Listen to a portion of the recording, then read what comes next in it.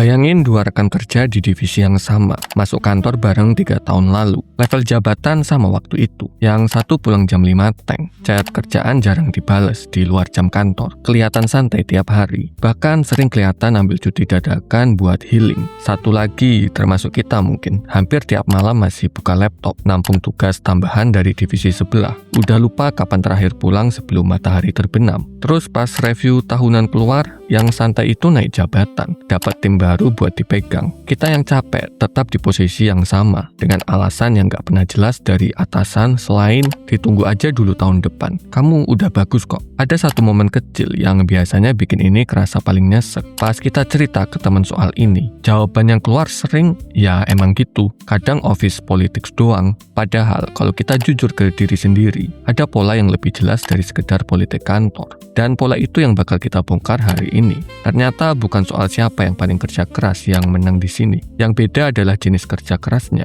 Napoleon Hill di Think and Grow Rich nulis satu hal yang cukup nyelekit. Dunia kerja nggak pernah bayar kita cuma karena kita tahu banyak hal atau karena kita duduk paling lama di meja. Nanti di akhir video ini ada satu pertanyaan kecil dari prinsip Hill yang bisa langsung kita pakai besok pagi sebelum mulai kerja buat otomatis ngarahin waktu kita ke hal yang sebenarnya dibayar mahal. Kita juga bakal bahas gimana caranya hasil dari perubahan ini nggak cuma numpuk diam-diam di kepala kita, tapi beneran nyampe ke slip gaji. Tapi sebelum sampai situ, kita perlu ngerti dulu kenapa kerja keras versi kita selama ini nggak nyampe ke sana.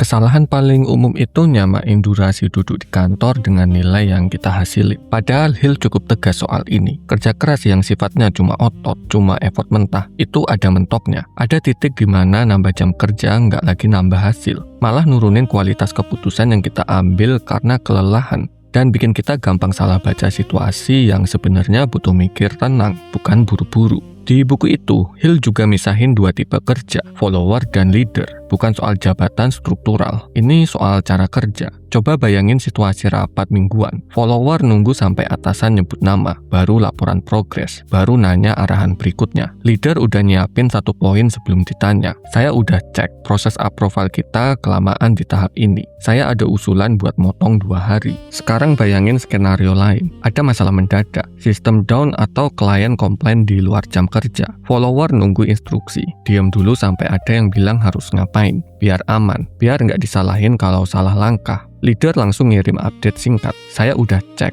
ini kemungkinan penyebabnya. Saya coba benerin dulu sambil nunggu arahan lebih lanjut. Dua orang ini kelihatan sama-sama waspada dari luar, tapi cuma satu yang kelihatan mikirin bisnis, bukan cuma nunggu aman. Hill juga nyebut kalau bayaran itu ditentukan 3 hal, kualitas kerja, kuantitas kerja, dan sikap kita pas ngerjainnya, bukan cuma jumlah jam. Follower biasanya cuma kuat di kuantitas, rajin, tapi nunggu diarahkan, dan sikapnya sering defensif kalau ditanya kenapa belum selesai. Leader ngejar 3-tiganya sekaligus, hasil rapi, inisiatif jalan duluan, dan sikap yang kelihatan punya rasa memiliki atas kerjaannya sendiri. Kombinasi ini yang bikin follower abadi susah naik biarpun paling capek di kantor. Ini bagian yang sering kelewat. Rekan kerja yang kelihatan santai itu, kemungkinan besar bukan malas, dia udah pindah dari seberapa lama saya kerja ke seberapa besar dampak yang kelihatan dari kerja saya. Dan itu 2 metrik yang beda banget di mata perusahaan. Perusahaan nggak ngecek timesheet buat nentuin siapa yang naik. Perusahaan ngeliat siapa yang kalau keluar besok bakal bikin masalah beneran. Kalau kita cek lagi kriteria kenaikan jabatan di tempat kita kerja, biasanya nggak pernah ada baris jumlah jam lembur di situ. Yang ada malah kata-kata kayak inisiatif, kepemilikan atas hasil kerja, atau dampak lintas tim. Kata-kata itu sebenarnya terjemahan langsung dari 3 faktor Hill tadi, cuma dibungkus bahasa HR yang lebih modern. Jadi pertanyaannya bergeser, bukan lagi gimana caranya kerja lebih lama, tapi gimana caranya jadi orang yang lebih susah digantikan.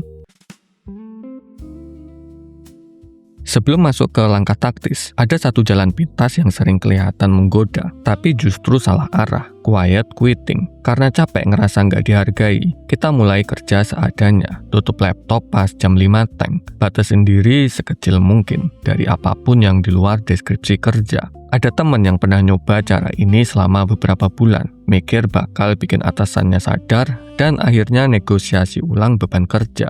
Yang kejadian malah sebaliknya, tugas-tugas yang tadinya dia pegang pelan-pelan dialihin ke orang lain yang lebih responsif. Dan pas akhirnya dia coba ngajak ngobrol soal karir, jawabannya cuma, belakangan ini kamu kelihatan kurang engage ya, bukan ngelawan sistem. Ini justru nurunin nilai jual diri sendiri secara diam-diam, sambil berharap orang lain yang notice duluan. Hill nggak pernah bilang solusinya diam atau protes pasif. Solusinya ganti total cara kita naruh energi. Langkah pertama, ganti metrik yang kita pantau ke diri sendiri. Selama ini kita ngukur hari kerja dari jam berapa berangkat, jam berapa pulang. Gantinya, satu pertanyaan simpel di penghujung hari. Hal apa yang saya beresin hari ini, yang kalau nggak ada saya, bakal jadi masalah buat tim? Kalau jawabannya kosong beberapa hari berturut-turut, itu sinyal energi kita lagi salah sasaran, bukan kurang. Langkah kedua, mulai perhatiin di mana letak kebocoran di tim atau divisi kita. Misalnya, tiap kali ada permintaan approval dari klien, prosesnya harus muter ke 3 orang dan makan waktu 2 hari. Padahal,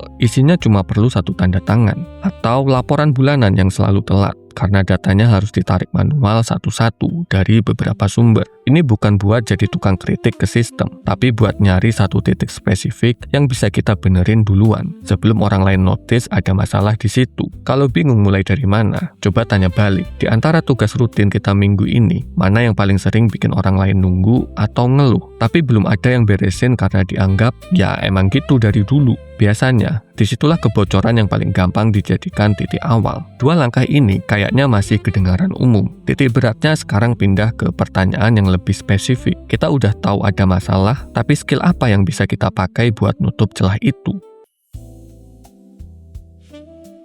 Ini bagian yang Hill sebut specialized knowledge, dan ini yang bikin pengetahuan kita, yang tadinya cuma potensi, berubah jadi kekuatan yang beneran dibayar. Bedanya gini, tahu banyak hal secara umum itu murah, karena semua orang juga bisa cari tahu. Yang mahal itu pengetahuan sempit yang diarahkan buat nyelesain satu masalah spesifik yang udah kita temuin di langkah sebelumnya. Contoh paling gampang, kemampuan pakai Excel. Kalau kita cuma bisa input data biasa, itu skill yang gampang digantikan. Tapi begitu kita belajar dikit soal rumus otomatis atau makro, terus pakai itu buat bikin laporan yang tadinya makan waktu 5 jam jadi 15 menit, itu bukan lagi bisa Excel. Itu udah jadi solusi buat satu masalah nyata di divisi. Contoh lain, buat yang kerjaannya nggak seputar data. Orang customer service yang mulai nyusun daftar respon khusus buat nenangin pelanggan yang komplain berat. Terus itu dipakai jadi panduan buat seluruh tim. Itu juga specialist knowledge atau orang marketing yang nggak cuma jalanin campaign, tapi belajar baca satu metrik spesifik yang selama ini nggak ada yang perhatiin.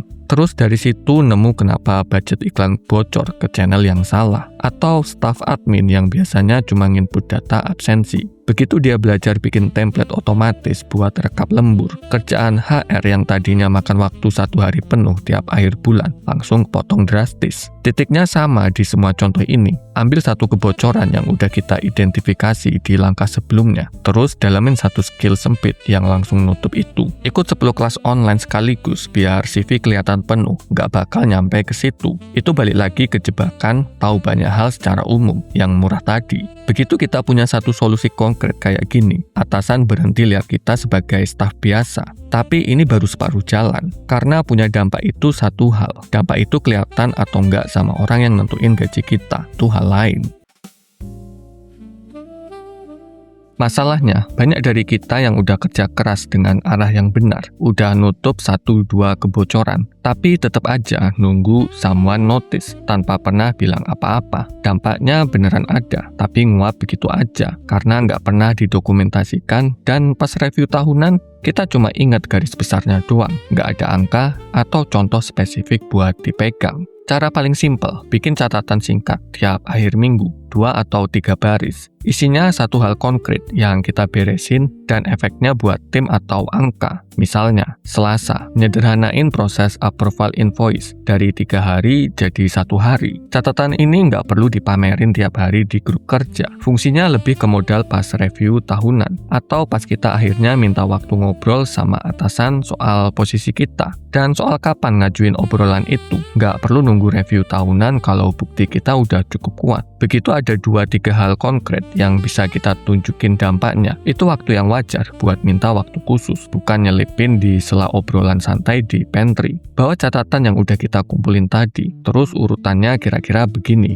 mulai dari dampak dulu, baru masuk ke permintaan. Misalnya, saya mau update soal beberapa hal yang udah saya kerjain 3 bulan terakhir. Proses approval invoice yang saya sederhanain dari 3 hari jadi 1 hari. Dan laporan bulanan yang sekarang otomatis jadi hemat 4 jam per minggu buat tim. Baru setelah itu masuk ke intinya. Karena beban kerja saya sekarang udah beda dari waktu saya mulai posisi ini. Saya mau ngobrolin soal peran atau kompensasi saya ke depan. Ini beda jauh sama cerita saya udah kerja keras yang cuma balik lagi ke ukuran waktu, bukan dampak. Kebiasaan kecil ini yang bikin hasil dari langkah-langkah sebelumnya nggak nguap. Specialized knowledge yang kita bangun juga bukan sekali jadi terus selesai. Tiap beberapa bulan, ada baiknya kita cek ulang. Kebocoran mana lagi yang belum dibenerin? Skill apa lagi yang perlu diasah biar tetap jadi orang yang susah digantikan? Bukan cuma sekali dibanggain, terus stagnan lagi. Balik ke pertanyaan yang dijanjiin di awal. Setiap pagi sebelum mulai kerja, coba tanya ke diri sendiri. Kalau hari ini saya cuma punya waktu buat satu hal, mana yang paling nambah nilai saya di mata perusahaan? Pertanyaan sekecil ini, kalau ditanya tiap hari, lama-lama otomatis nyaring kerjaan yang cuma bikin sibuk dari kerjaan yang beneran ngangkat posisi kita. Dan itu yang jadi bahan buat catatan mingguan tadi. Jadi, bukan kerja keras kita yang salah selama ini. Yang salah itu arahnya. Kerja keras otot ada mentoknya, tapi kerja keras yang diarahin ke satu masalah spesifik dan didokumentasikan dengan rapi, nyaris nggak pernah mentok. Rekan kerja yang santai itu bukan misteri lagi sekarang. Dia cuma udah lebih dulu pindah metrik dari jam kerja ke dampak kerja dan udah biasa nyatet hasilnya sebelum diminta. Coba mulai besok pagi, tanya pertanyaan tadi ke diri sendiri 1 kali aja, terus catat 1 jawabannya di penghujung hari. Gak usah langsung nerapin semuanya sekaligus. Satu kebiasaan kecil yang konsisten lebih kuat daripada niat besar yang cuma jalan 3 hari. Kalau ada yang mau nyoba, share di komentar 1 kebocoran kecil di kerjaan kalian yang kira-kira bisa dibenerin minggu ini. Siapa tahu ada yang punya solusi serupa dan bisa saling nyontek cara. Rekan kerja yang santai itu mungkin gak pernah sadar dia lagi ngikutin prinsip dari buku yang ditulis hampir seabad lalu. Tapi buat kita, sekarang udah gak perlu nebak-nebak lagi kenapa jalannya bisa lebih mulus.